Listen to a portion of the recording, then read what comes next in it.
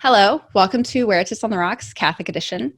This week's topic is going to be a follow-up to my last video, which was about pornography and what it does to your brain, your life, and your relationships and society. And it also outlines some Catholic coping mechanisms to help you overcome addiction and desensitization, working towards an understanding of human value. So the natural progression of this topic is how to protect your children from falling into this trap, and how to safeguard their mental and emotional health and their spirituality in the process of sheltering them from harmful outside stimuli. I asked Matt Fedoroff if he would step up to the plate since he is far wiser than I am about this topic. Matt Fedoroff has worked in public education for 30 years, 22 of those as the Chief Information Officer for a suburban school district in Arizona.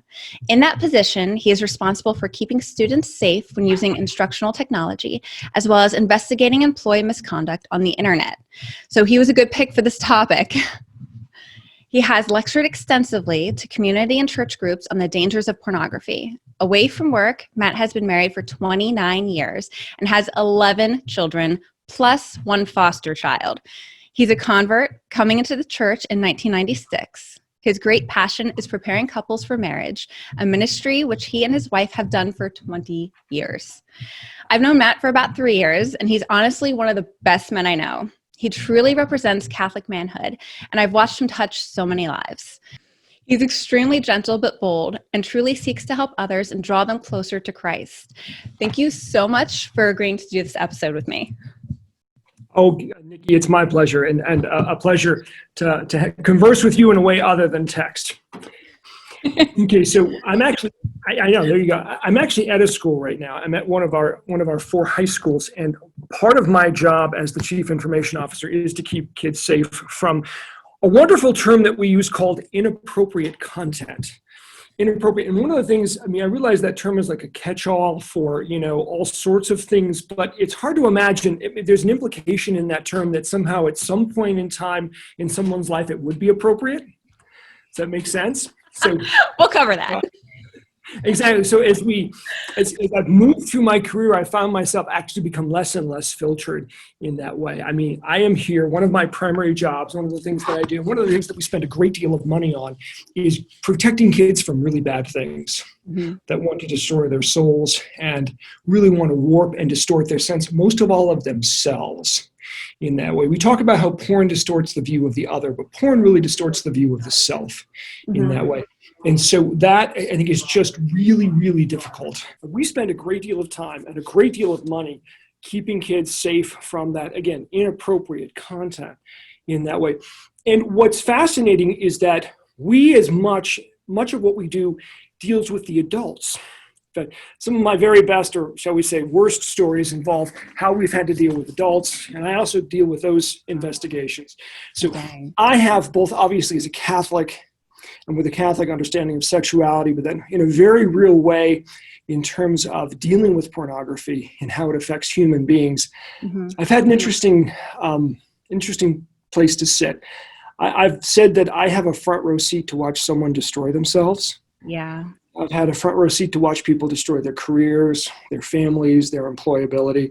I've seen people do really, really, you can't imagine in that way, things that are really hard to imagine. And so I have a particular hatred for pornography that, I'm passionate about the topic. So that's why I've talked to community groups, to church, basically anybody who listen about what pornography is and what it does and how it really distorts most of all our perception of ourselves.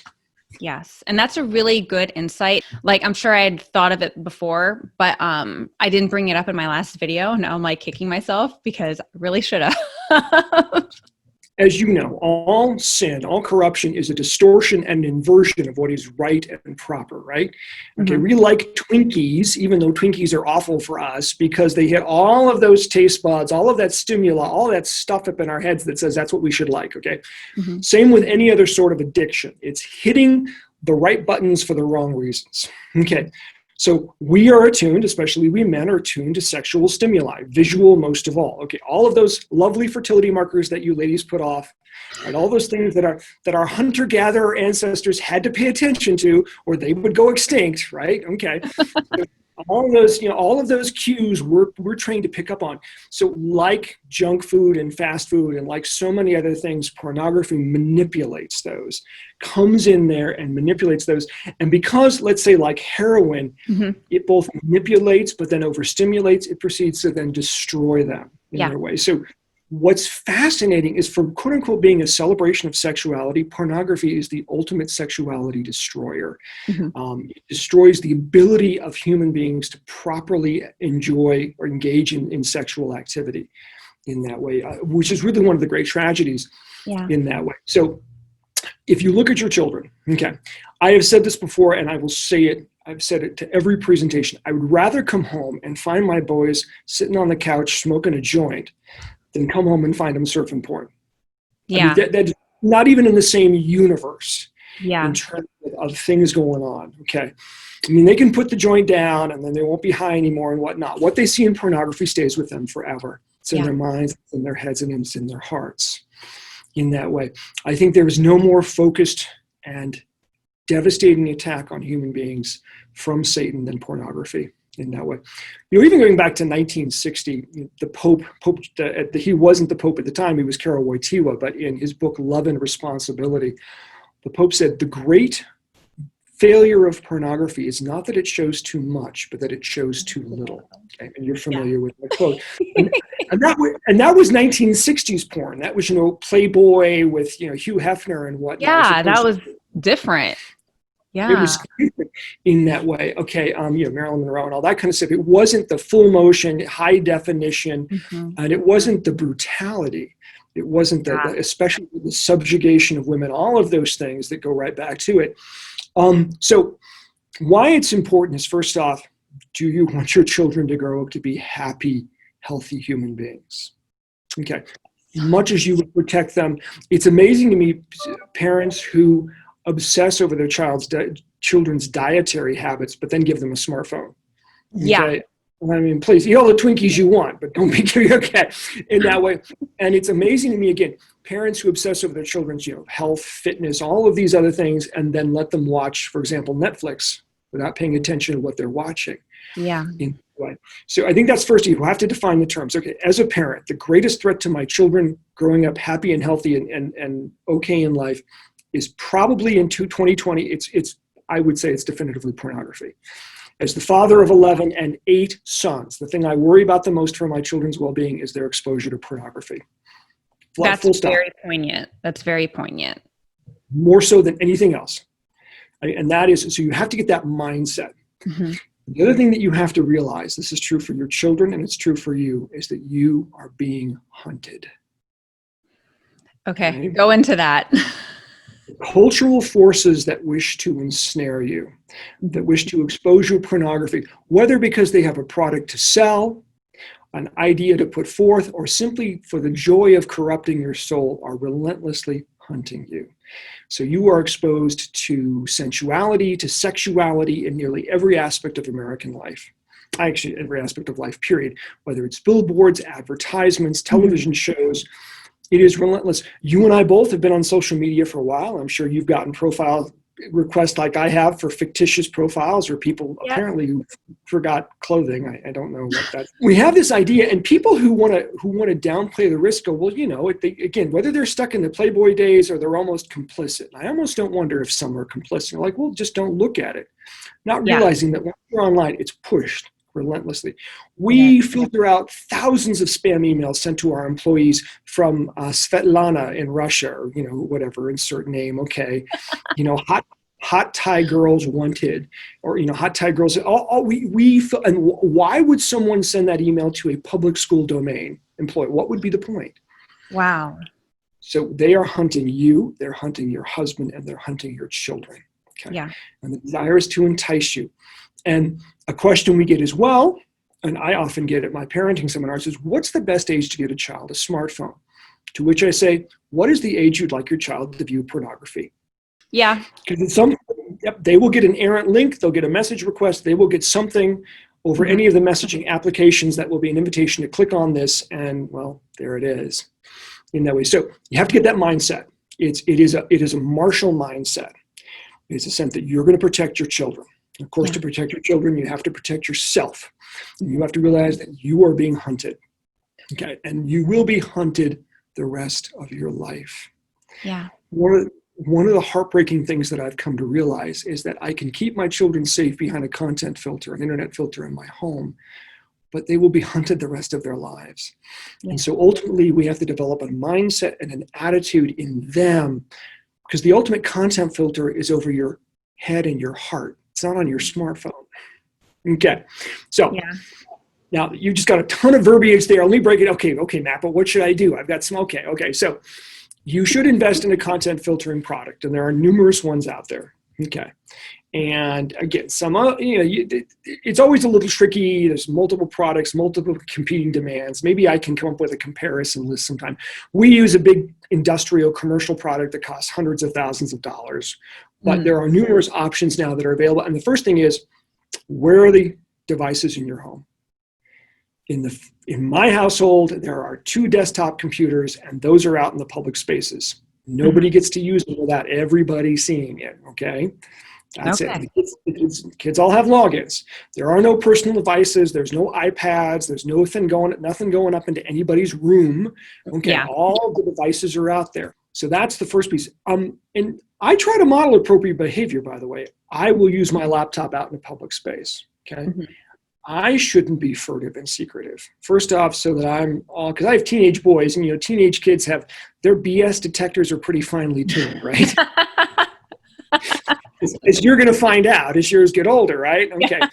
And so, but also I'm being hunted. The fact that I'm 52 years old has nothing to do with it. We have site residents. We have permanent employees that actually live on site and watch the schools after hours. We evicted one who was 74 years old for looking at porn. Yeah. Yeah. It never goes away. No, it never. So this is not something you will get past, in the sense of, he was 74. You think, what would be the big deal, right? At this point, no. We went through, we documented it, we showed it, and then a few weeks later, he was homeless. So that was quite he was being hunted. And the devil was after his soul. But along the way, if he could make him homeless too, why not? Right? Yeah. Okay. So we had a teacher, in fact, at the school I am at now. You want to talk about, there's the other thing. Sex is never neutral. You've talked to Nikki about how we have to get our own attitudes right to keep our children's attitudes right. Yeah. I mean, there is no such thing as adult content. Okay. I was really excited about that HBO series Westworld until I watched 2 episodes. I was like, nope, don't need to see that. Click. Yeah. Don't. Okay. Yeah, they're not really doing it. Yeah, I don't need that. Okay. So sex is never neutral. Like all powerful things, it is either creates or it destroys. It is never a neutral activity in that way. And hopefully, as observant Roman Catholics, we get that more than most. There's no guarantee of that, but at least to understand that. It's never like, no big deal. So talking about the ripple effects of this, here at this school, we had one of our teachers send a nude selfie to one of her students. Wow. Imagine. Now, she was 33 years old. She was about 3 months postpartum. Probably not in the best place in her own head. But as you can imagine, that was instant dismissal. Bam, she's gone. Okay. Yeah. What can we talk about that? Why do you think, because I love psychology, so why do you think someone would do something like that? What's fascinating about the latest round of teachers interacting with students sexually is it's almost all women now, which is fascinating to me. Really? Yeah, it really is. And I think that because we have told, as you know, Nikki, being a young woman yourself, the value that society places on you is your sexuality. You have known that your intellect is meaningless. Anything else you have to add. It's only, your constituent body parts. And so what I think is that, she was postpartum. She was looking for some level of affirmation. It was her first baby. She probably was depressed. And without any extant worldview to go like, that's a really bad idea. She went to a really dark place. Yeah. Okay. But sex is never neutral and there is no private sin. Her husband was also on staff. Okay. Yeah. So he, of course, was not asked to resign, but he did, because how can you teach at a place where your wife's naked pictures are getting passed around all over the place? Yeah. I mean, the shame and the humiliation of that. But it goes further. She was the head of the English department. He was the head of the math department. So the head of the two most consequential departments on campus are suddenly gone. So what happens to the school's standardized test scores? Right down through the floor. And the school loses an entire letter rating from the state of Arizona. It goes from an A to a B. Okay? Wow. So because she made a choice, because she made a particular choice, the ripple effects, like they do with sin, went out far beyond her and affected the 1,000 students and the 150 employees in that way, as well as blowing her family all to hell and her own children as well. I mean, this is one of the great lies, is that we do things in secret, that we have a private life. No, actually we don't, especially when it comes to sexuality. It doesn't happen in that way. So again, I'm passionate about the topic, and my hatred of pornography goes to things just beyond it itself, but because of what it does to everything. Okay, so you have to invest in technology, and you have to place your computers in the right places. No private devices, no laptops up in bedrooms, no things like that. Don't do that. And model the appropriate behavior yourself. I've got my laptop out in the living room. I'm there too. And that keeps me safe, right? If I'm ever tempted because Svetlana sent me an email, but I've got my 7-year-old next to me, okay. It's accepting that we're all being hunted. Okay, so that's that. Numerous filtering products out there. You can read the reviews, and you can invest in one that works. They are totally worth it. They're absolutely worth it. And you can get ones that work on laptops and desktops and your own iPhones and whatnot and things like that. When your child is 16 and bugs you for a smartphone, get them a flip phone. There you go. There's your flip phone. Okay, you're good. Okay, no private devices. Okay, then, but this is the most important thing. Remember I said that, like all sin, it's a desire to fulfill good needs through bad mechanisms, right? Okay. Right. You know, Twinkies, we like them because they fit some need in us, even though they're terrible for us. Okay. You have to shower your children with love and affection. And you have to show them in the modeling between you and your husband how men and women treat each other. Okay. I am one of those men that if I have the misfortune to see a rape scene in a movie, I actually get nauseated. Yeah. I do. It actually nauseates me. It is not arousing in the slightest. And the few times that I've had to deal with employee issues with like BDSM stuff, no, that's nauseating. Because the idea of beating a woman is simply, it is not within the realm of comprehensibility to me, because my father was a good and decent and gentle man with my mother and with us. So my neural inputs are all tuned up for the good, the true, and the beautiful, right? Yes. Yeah. So I think if my boys, if they, if they had the misfortune to stumble upon that, I hope their first visceral reaction would be, that's horrible. Yeah. Because that's how it feels to me. That's why things like, and again, we knock the pornography people like Pornhub and whatnot, but then what was the largest selling book in 2012? 50 Shades of Grey. Yeah. Yeah, I know. You talk about, it goes right back to scripture, right? Your desire will be for your husband so he can beat the hell out of you. It's basically what he's saying, right? In your fallen state, he will want to dominate you, and you will want to be dominated in that way, in a fallen sexuality, in a broken sexuality. And so this is written and it comes out. And what's funny is who's reading the book are 30 and 40-something-year-old women and middle school boys.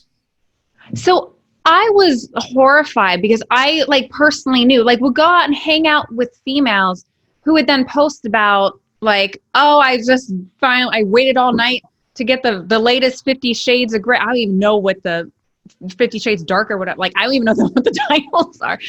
I waited all night. Oh, I finally finished reading the book. And I was like, I would be horrified if people knew that I would read something like that. I couldn't even fathom. I couldn't fathom the level I'm at is if someone were to say to me, hey, read a page from this book, and I were to pick it up and read a page, I would probably be like, this is so awkward. This is so horrible and embarrassing. I can't do this. And people enjoy it, and they brag about enjoying it. And I'm like, they do. What? Nick, I was on an airplane next to a young 20-something woman when the book came out. And, I'm a late 40-something guy, and I don't put off any creeper vibes. So, she's reading this thing away right next to me. I have to go, okay, so what's the appeal? What she said, well, it's kind of like Twilight for us 20 somethings. I'm like, no, it's not. So, and I have to admit, I read about 3 or 4 pages because, kind of doing the side eye thing and reading it. And first off, it's absolutely terrible from a writing perspective. Is it? But it's awful, the bit that I read, but it was the sense that, so here is a young woman there that, again, in a way, it's not her fault. Mm-hmm. What am I valuable for? What am I made for? Yeah. Okay. What have the men in my life and even the women in my life shown me about what women are for? Yeah. And what inside and whatnot. So I think if you raise your children with love and affection and you just fill their hearts with the good, the true, and the beautiful, and the way that you and your husband treat each other, yes, they are watching. Okay. And obviously the kind of media that you bring into your home and those things. Here's the one thing to remember. As Catholics, we have a sensual faith. Mm-hmm. We have a faith. I mean, we like the smells and the colors and the textures. I mean, we don't want to talk about Jesus. We want to eat him. Okay. I mean, we are a sensory, sensual people. Mm-hmm. And I think why the world center of debauchery is Amsterdam rather than Rome is because the Puritans and all the other folks wanted to deny the natural human desire for mm-hmm. pleasure. And if you don't fill up the desire for pleasure in illicit ways, it's going to express itself in illicit ways. Yes. Yeah. Okay. Why do we have a term for young women called father-starved? Oh my God. Because father-starved sounds much more clinical. And what values or what tendencies do we tend to attribute to father-starved young women? They tend to be more promiscuous, right? Mm. They tend to have more sexual partners. They tend to have sex at an earlier age. So they are attempting to fill a legitimate desire for affection through very destructive means. Okay. Yeah. So the first thing you do to keep your kids safe from porn is love on them and mm-hmm. love on your spouse. Okay. Love on that, because here's the reality. I want you to kind of picture in your own mind. So you have 4 children, right? Mm-hmm. Okay, so I want you to in my parenting seminars, I want you to do a little mental exercise. I want you to imagine in your mind each one of them the moment they first see a pornographic image. Mm-hmm.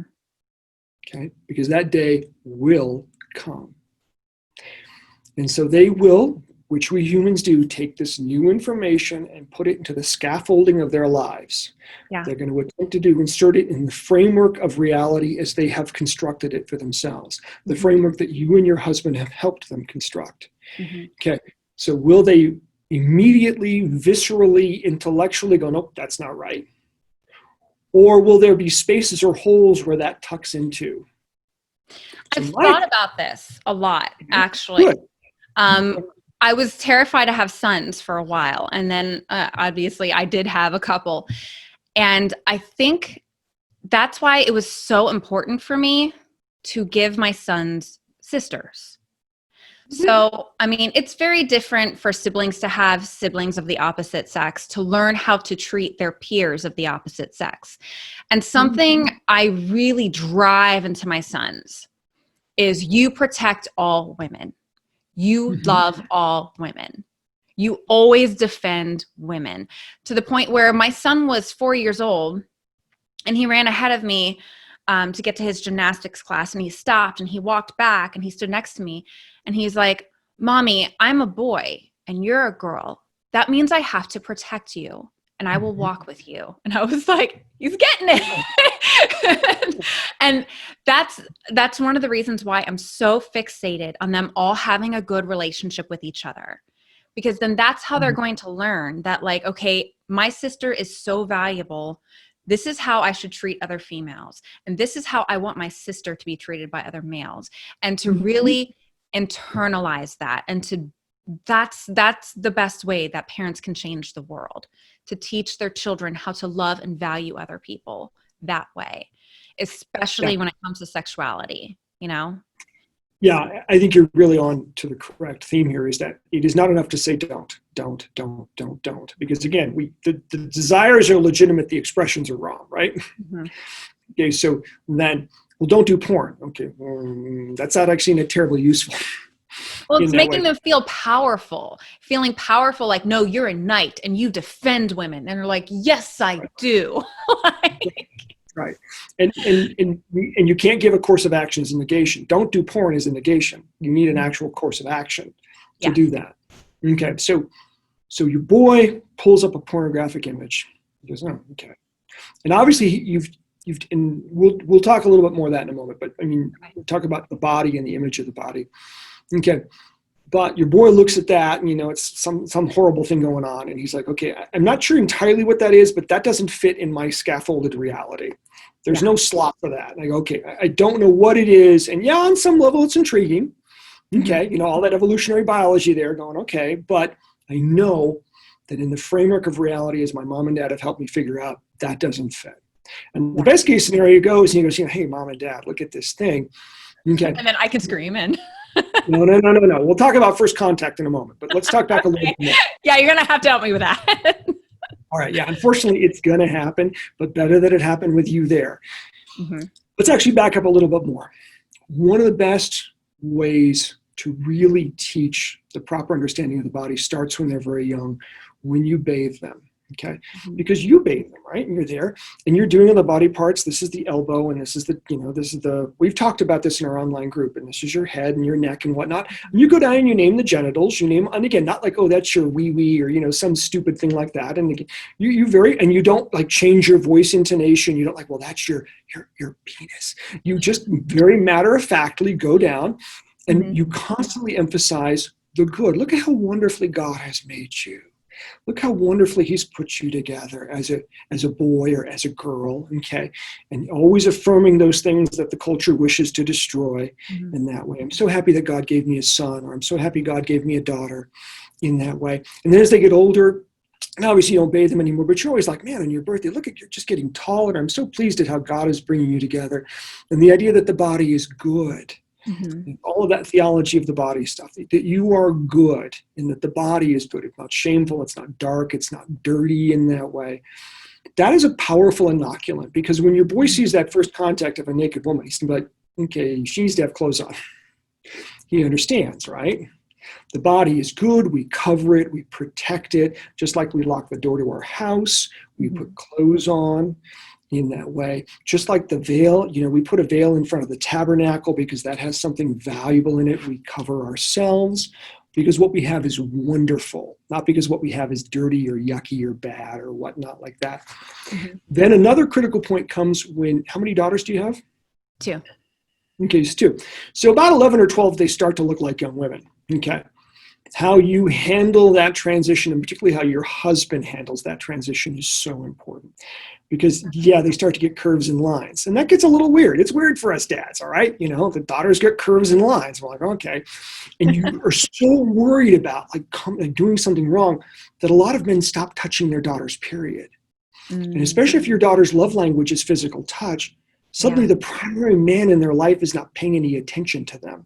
So if dad's not going to touch on them and love on them, there are other people waiting to touch on them and love on them, isn't it? That's a really good point, especially since my youngest love language is touch, my youngest daughter. So if the good guys, the fathers and the uncles don't find appropriate ways to, hey kid, love you, how you doing, all that stuff, there are plenty of bad actors out there waiting to go right to those vulnerabilities. Really underlooked or overlooked vulnerability. That basically there are some young women who are susceptible to these things because they're touch starved. You see what I'm saying? No one's loving on them anymore. And boys are too. I mean, what's funny is we love on our little boys, but then when they get older, like, oh, you're icky. And so lots of physical affection, lots of affirmation, lots of the body is good.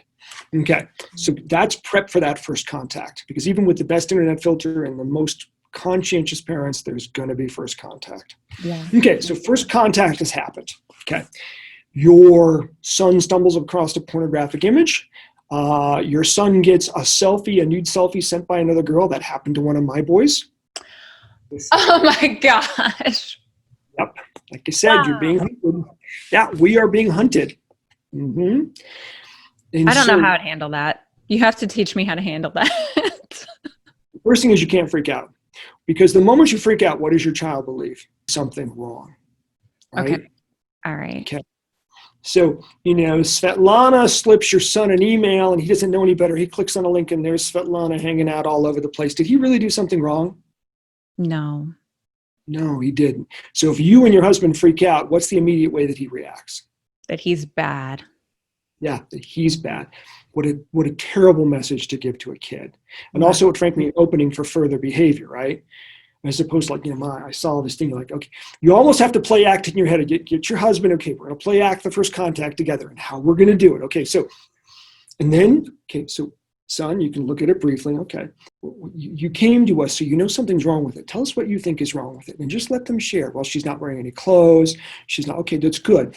And why is it bad that she's not wearing any clothes? Because the body is good. We should cover it. And you see, you let him work through all the dialogues you've already had with him. Okay. Hopefully he's doing most of the talking. Okay. And then that's when you go, okay, you realize, son, that you're being hunted. And I'm so glad you came to us. I'm so glad, and we're going to pray right now. And if it was all enticing you and you want to go to confession, just let us know. Okay, we get that again. And it's okay that it caught your attention. I mean, that's what it's designed to do. You really help your son or daughter post-process out what they just saw in a way, because that way they can put it in that framework that you've built for them. Okay, so this is pornography. This is what it is. This is what it's. This is why it's appealing to me, and this is why it's dangerous. Mm-hmm. And mom and dad are not upset with me that this happened. Mom and dad are waiting to catch me and bring me in. Okay, kid, we'll help you figure this out. Make sense? Yeah. And that will make them much, because there'll be a second and a third contact, but then they're much more resistant. Okay, I know what this is. I know what this is. I don't want it. I don't want it in my life. I don't want any of that. Okay. So how we dealt with it with the young woman who sent my son a selfie is that we really went into a conversation with him about, okay, so why did she do this? Because she likes you? Because she's, okay. What does she believe is valuable about herself? Is that all that she's, is that really true? And he talked about that. And then he kind of went a little deeper because he'd been over at her house and realized that her father was really absent, that there were other things going on. So without excusing the behavior, he began to understand how Satan in particular uses our weaknesses and our wounds to do these sorts of things. Yeah. In that way. Okay. And then he himself went to confession. He realized that he had found the images, and he had hesitated for a while. He's like, partly because I'm sure he didn't know what to do. It was like, oh my gosh. But also he was like, oh, that's a naked young woman. And we do that. And then we were very prompt about that. He's like, I need to go to confession. We made an appointment that day. Good. And the thing is, we did not freak out. You can't do that. You have to prepare yourself for that first contact. Okay. I'm sorry. It is not possible to keep your children safe. And in a way, first contact at 16 is better than first contact at 18 because they're not with you. They're at college, whatnot. I think first contact at 13 would be awful. Please don't do that. But, at some point you have to go through that experience and help them process it. Mm-hmm. And if you love them and you filled their hearts with love and affection, if you and your husband have been respectful to each other, and if you taught them the body is good, the body is holy, this is what it's for, they're actually going to be fairly resistant to porn. I mean, porn plays on our weaknesses and our wounds. It just does. Mm-hmm. Mm-hmm. You have to, go ahead. I feel like I'm such an odd person out because I've always been extremely resistant. I've never seen porn for porn's sake. I've seen episode of Tutors, that's the extent that I've seen. And I've always been so resistant. And I think it's something, so maybe there's other parents who will watch this who are on the same wavelength as me, but I think it's something wrong with me where I'm so different. Where there's this one time my husband and I, we turned on The Bachelorette just to see why everybody was talking about it. And there was one scene where all these guys took off their shirts and all these women were like, oh my God. And I was sitting there and I looked at my husband. I was like, women don't actually act like that. Women aren't really into that. And he looked at me like, what? I was 26 years old at the time. And he had to actually sit me down and be like, no, you're weird. You may not be, and it is something to be said that for women, going to a strip club is a social activity, and for men it's a solitary activity. I think that's another interesting sort of, women are different in that way. But To your husband's point, though, we've also socialized women to be things they otherwise aren't. Women don't tend to be visual. Women are more resistant or less susceptible to porn, but by no means immune. Remember, if you're a young woman and you're looking for, am I lovable? Am I desirable? Validate me. To a certain extent, porn provides validation. I mean, it's the cheapest, most base form of validation. You are a collection of parts for a man's amusement, but you are not invisible. You are not hidden. We dealing with a family friend right now who was very homely as a young woman, as a girl. You grew up, suddenly blossomed into this extremely attractive young woman, and she's totally sucking up the affirmation, and it's in ways that are really, really disturbing, frankly. And so we're trying to coach you to go, no, that's the deepest form of affirmation. Okay, a guy who says he wants to do you is not paying you a compliment. All right, just so he's not paying you a compliment, actually. He's insulting you, just so you know. Because he wants to use you for your body and ignore everything else about you, your personality, your intellect, everything about you. It just wants to use you. And that's really rude. It's incredibly rude. But again, to a young woman who starved for affirmation, even the lowest one, I'm trying to come up with a way to phrase it. If you are incredibly lonely, even a tormentor is company. Okay. One of the great challenges and joys of adolescence is understanding the other, going across the gender divide. Wow, that's girls, and girls are not the neat, the kids you played with on the playground. Suddenly they look different. Okay, and same for you ladies. Okay, boys are suddenly young men. Okay, and what's wonderful is to watch that work itself out in a healthy and wholesome context, which you will hopefully have the chance to enjoy with your sons and daughters, watching them suddenly become aware of the other. Okay, but to answer that legitimate desire to understand the other and how it relates to the other, some young men and women turn to pornography because that's one of the tools given to them to go, well, okay, well, what do I do with women? Well, I guess I do that. Okay. And for a young woman, especially, let's say a young woman that reads 50 Shades of Grey, this is how I relate to men. This is what I'm supposed to do. So, that is probably the most important thing, is these are legitimate questions that are being answered by illegitimate means. So your children have legitimate questions about their own bodies. They have legitimate questions about how to relate to the opposite sex. They will in time have legitimate questions about how sex and sexuality work. Both mechanically, where do the parts go? Because that's part of it, right? Okay, how's it all work? And then just relationally and all those things. And that you as a parent can help them answer these legitimate questions with legitimate means and fill their hearts with the good, the true, and the beautiful. That's the best inoculation. Still being mindful, keep the computers in public spaces, buy a filtering tool. Don't give your kids smartphones when they're young, because that's incredibly stupid. You will probably raise kids, because they have to be resistant their whole lives. They're going to be haunted their whole lives. Your daughter will be 50 or 55 or 60 years old, and she'll feel her physical beauty declining, and she'll be looking for forms of affirmation, right? Yeah. And so she'll either seek it from her husband, or she may seek it from some less than legitimate means.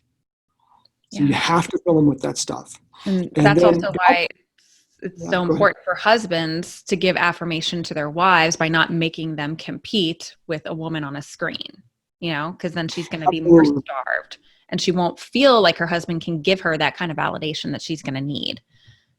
Yeah, correct. And that becomes a really, really vicious feedback loop. She's competing with the screen, which of course she can't. So then she begins to feel less valuable, less confident, less all of those things that make women, because confident women are attractive. They just are in that way. I certainly appreciate my very confident wife of 29 years. And obviously we talk about this in marriage prep. There is no such thing as appropriate and inappropriate. There's right and there's wrong. So yes, pornography is wrong, but the Sports Illustrated swimsuit edition is wrong. Yes. I, as a man, do not wish to be sexually stimulated visually or otherwise by any woman other than my wife. I just don't. And what happens, and we talk about this with the men in our marriage prep, is that so you go through your day and you realize that, again, you're being hunted. So you see the billboard with the bimbo, You see the office secretary with the mini skirt on, okay? You were visually stimulated by all these women all day long, and you let yourself get into it because you think it's harmless. And then you go home in your sexually stimulated state, and you use your wife as a means to satiate that. What have you just done to her? What have you just done? You've taken the sexual energy generated by all these other women and you simply expelled it onto her. How profoundly disrespectful of that to her as a woman, as a human being. Okay. Or conversely, you can be like, nah, I don't need to look at that billboard. And yeah, the new secretary is cute, but whatever. I can guard my heart and my mind and my eyes, and I can do all that so that when I go into my wife, I genuinely desire her. Mm-hmm. I'm not merely replacing or using her as a proxy for all of this sexual energy generated elsewhere. Because it's tough to be a man in particular. We're bombarded with sexual imagery all day long. We just are. Yeah. In that way. So I think the healthy understanding of that, of our own weaknesses, and that goes beyond simply, and that's where it goes beyond just not looking at porn. There's a generalized attitude towards women, okay, and towards your wife, guarding yourself against visual stimuli or any other sorts of arousing content for which there is no legitimate means of expression. Mm-hmm. Okay. Your wife is not, this is a little crude, forgive me, this is the language I use with our couples, because your wife is not merely an orgasm generator. She's not. She's not. And if you treat her that way, you are profoundly disrespectful to her. Mm-hmm. And I say it that cold and that direct. Yeah, it's got to be that. And this is more marriage prep. I probably gonna use the video. It's like, okay, so the ratio of when you touch her versus when you touch her with your penis should be like 20-1. Okay, just so you know. Take note, men. Well, because we have couples who are like, he never touches me unless he wants sex. What a horrible way to live. Yeah, because then she just feels invalidated when he actually does that. Yeah, and then fine, and then you go, yeah. This is totally. We'd love to. It'd be fun to talk about marriage prep one time. We had the guys who are like, okay, so you never help out with the dishes, and you never help out with the kids, and you never help out around the house, and you never say 2 words to her, and you sit in front of the TV all life, and then you go, why? I wonder why my wife is not orgasmic.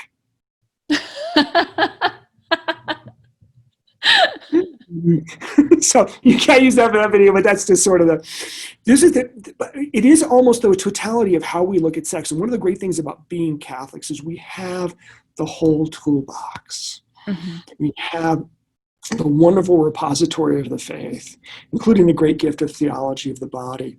Mm-hmm. And when we see the beauty and the totality of it, when we share it with our children, we are more resistant to pornography. Mm-hmm. No one's ever entirely. I'm fairly resistant to it, which is good, because occasionally I have to look at it for work. I have to be like, yep, that's because we can't fire somebody unless we can prove it, right? Yeah. So I'll go and look at the browser history, like, oh, yeah, that's it. Click. Oh, okay. And then I have to document it and whatnot, and then we write it up. So this is actually, I think, one of the powerful incentives to protect our children and ourselves from porn. Mm-hmm. And maybe you can get this in. So maybe once or twice a year, I have to go to a very interesting meeting. I'll go into a school, and there'll be the principal there, and there'll be the assistant principal, and there will be the director of HR, and there will be an employee. And the principal or the director of HR will calmly explain to the employee that they're going to be terminated because they've been accessing pornography on the internet. So the employee, of course, says, no, it couldn't be me, not possible. I never would do that. Never would be possible. And then I produce a stack of printed out browser history that shows the location, shows that, yes, they were in the classroom with students in the classroom or some other, really clearly on company time. And I slide that across the table and they begin to leaf through it. And then they look up and the director of HR slides the resignation letter across the desk and they sign it and they're gone. Yeah. Like I said, we're being hunted. And our adversary wishes to destroy our souls, but along the way, if he can destroy our careers, our livelihoods, and our families and our children, he will take great delight in that as well. Mm-hmm. And so once we realize that we're being hunted, that hopefully should arise in us a certain anger, a spirit of defiance, a spirit of not today, not now. Not today, and Satan. That's right. And with your children, not on my watch. And hope gets us into the right mindset to understand this is a lifelong struggle. It's a winnable struggle, praise God, but it is a lifelong struggle for ourselves and our children. Yeah. Well, there's also, unfortunately, I've seen this a lot within Catholic circles as well, where it's like, well, if I shield my children from potentially violent or nude scenes or whatever, it's fine if I watch it. Yep. So could you, in very, very specific, because I know you and I know you're just going to say it how it is, in very specific terms, can you just say what adults ought to be watching and what they ought to avoid watching? There is no narrative purpose or story that needs to be told that requires the use of nudity or explicit sexuality. None. I know that there will be individuals who said, well, certain stories can't be told unless we show it like this. I simply do not believe that. And if you look at the great movies, and if you look at all of the great literature, clearly they were talking about extremely explicit, difficult topics and contents. But there was not nudity, there was not explicit sexuality. Intimation is enough. And it's not that we all need to tell, delightful Doris Day, Rock Hudson light romances. We can talk about tough topics. The great literature talks about tough topics. Yeah. But it doesn't need to do that. The only reason to show bodies and show sex scenes is for the coarsening of the human soul. That is the ultimate outcome. Yeah. It is not any more instructive. And you and I have both gone to movies where we've been like, you actually didn't need that sex scene to tell the story. Yeah. That added nothing to. I mean, in the old days, they would just shut the door and you'd be like, okay. Or, I was a big Star Trek fan. They'd cut to Jim putting his boots on. We go, okay, well, we know he just bagged the alien babe. We didn't actually need to see Jim bagging the alien babe. Okay. That didn't do us any good. Okay. And what you invite into your eyes and what you invite into your mind is what you invite into your soul. Mm-hmm. I'm actually not a believer in adult appropriate content. I don't think there is. If my 13-year-old can't watch it, probably I don't need to be watching it. Yeah. That's how I feel about a lot of things, really, because it's like, well, if I wouldn't want my kid to watch it, I'm God's kid. Does he want me to watch it? Correct. So. Correct. And that's why I was so disappointed in Westworld, because I was really looking forward. I'd enjoyed the original movie, and I was enjoying the fascinating premise about what is it to be human. And then all the clothes fly off, and I'm like, well, that wasn't necessary, and I don't need to be watching this in that way. And this is where you, particularly on your side of the gender divide, it's a little easier because you're not as visually stimulated as we are. But what you consider acceptable is often what we consider acceptable. Yeah. It just is in that way. We've all been conditioned. Yeah, we've all been conditioned by that. What's fascinating now is with this profusion of pornography, a naked woman hardly gets a glance anymore. Yeah. Yeah, I know. Because everyone's so desensitized to it. People are like, well, yeah, there's a nude scene, whatever. But because they've sought out much harder material. And that's what's disturbing to me. Correct. Or, conversely, well, a woman running around in a thong isn't nude. Yeah, actually she is. Yeah, it's like, yeah. Yeah, somehow here she's got a thong, but that's somehow okay in that way. And so we've all been swimming in this for a while. And, if you grew up in the outhouse, you don't know that it smells. You just don't. So the trick is to get out of the outhouse. Okay, wait, I don't need to see this. I don't need to look at it. It doesn't do me any good. It doesn't improve my relationships. What point is looking at food you can't eat? It doesn't make any sense. Yeah. And indeed, it coarsens our souls. And I've never seen a greater divide between the sexes than I have now, which is fascinating because, of course, with the hookup culture, well, apparently everybody's just, all the time. And what happens is, essentially what we have now is men and women warily circling each other, in the sense that the men are looking for opportunities to use, and the women are deciding at what threshold they can be used. Mm-hmm. And there is no love, there is no esteem or care or affection, or there even basic respect. Yeah. And so we have a generation of women who have bedroom skills that would make a 19th century courtesan blush, but they don't know how to fall in love. Yeah. We don't. And we have a generation of men who have appetites that a Roman emperor would find excessive, but they don't know how to love. And that's a cold, cold world. And when youth has fled and all of the beauty and all of those gifts of youth have fled, what will they be left with? Having never fallen in love, having never learned how to truly give of themselves to another person, there's a whole generation of people who are headed for an old age of misery, truthfully. Yeah.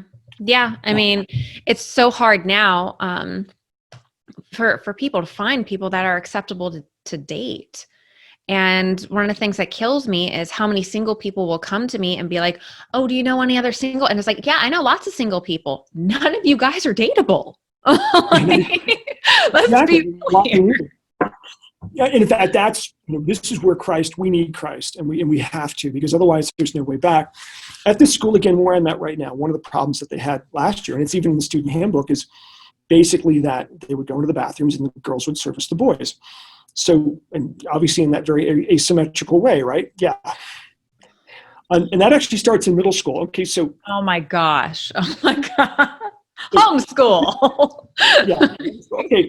So think about this. I don't know if you probably can't use this in your video per se, but it's instructive. And that might be a whole other sort of topic. So my oldest daughter goes off to college and they find out she's a virgin. And this is 10 years ago. So her roommates make her a penis-shaped cake. Okay. And at first you're like, yeah, okay, that's gross. That's okay, it's stupid, whatever. Okay, but then it occurred to me. So we have our middle school principals are busting kids in the bathrooms because the girls are servicing the guys in that asymmetrical way that you can kind of figure out, right? In the bathroom stalls. Okay. There's not much in it for them. Let's just put it that way. Okay. Yeah. What had occurred to me though is that for her roommates, so they're 19 and 20 years old, since they were 12 and 13, it wasn't that they were interacting with boys or even young men. They were interacting in a sense with a series of disembodied phalluses that were presented to them for servicing. You see what I'm saying? Yeah. I mean, that their conception of men, of the other side of the gender divide, wasn't even as human beings. It was basically a series of penises thrust in their face and said, here, take care of this. And so that by the time they get to be 19 and 20, how they conceive of men in general and how they presented them to my daughter was as basically just a penis. That was it. That's actually very insightful. Yeah. That's why if that's all you're 12 and 13 and you're 12 and 13-year-old girl, okay, and you are just presented an endless line of penises that you're expected to service with no intrinsic value beyond what you're able to do at that moment. And that becomes your experience, sequentially a dozen or 2 dozen or 3 dozen times. Where the hell are you when you're 20 years old? Again, we're Catholics. This is where Christ can come in and make all things new. So we're not hopeless in by this way. And, and certainly, I've mentored young women who've been, in those situations. You don't have to live like this. You are so much more valuable than that. You mean so much more than that. And Christ wishes for you to be whole and human. He desires for you to love and to be loved. So Christ can do all these wonderful things like for Mary Magdalene and St. Mary of Egypt and whatnot. So we are by no means damaged goods. I mean, if this has been someone's experience, it does not have to stay there in that way. But we have the whole toolbox as Catholics. You, as a parent, have decisions to make on where you place your computers, what technology you provide your children, how that technology is filtered, and ultimately how much you pay attention. Let me see what you're looking at. Let me sit beside you. Let me do that.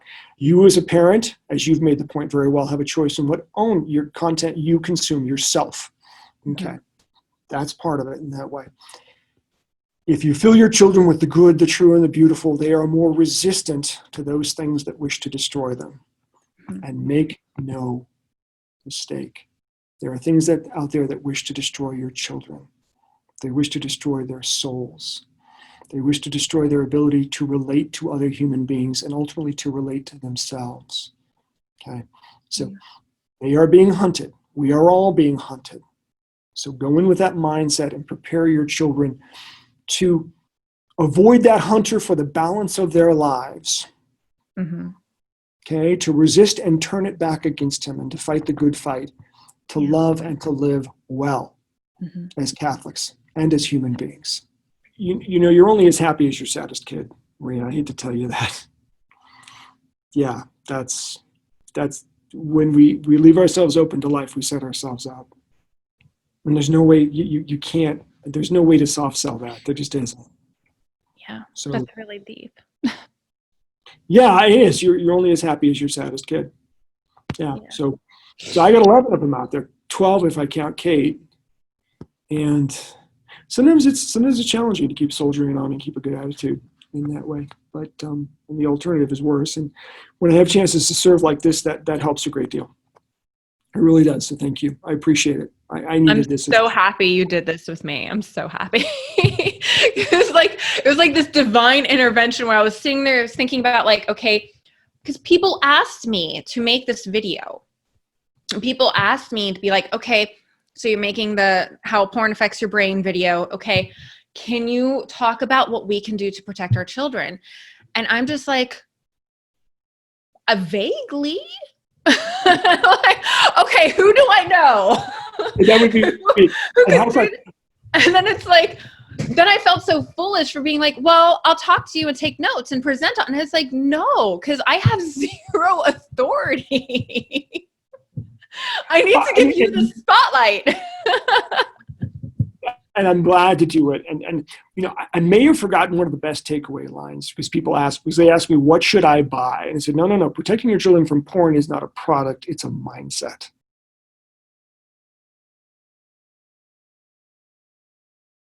Thank you so much, Matthew Fedoroff. This has been amazing. You've done so much better than I could ever do. You've taught me a lot. And I know this is going to help a lot of parents as well. Help formulate their children and guard their children and lead them on the right path to a strong Catholic faith and soul. So thank you so much for doing this with me. You're amazing. My pleasure.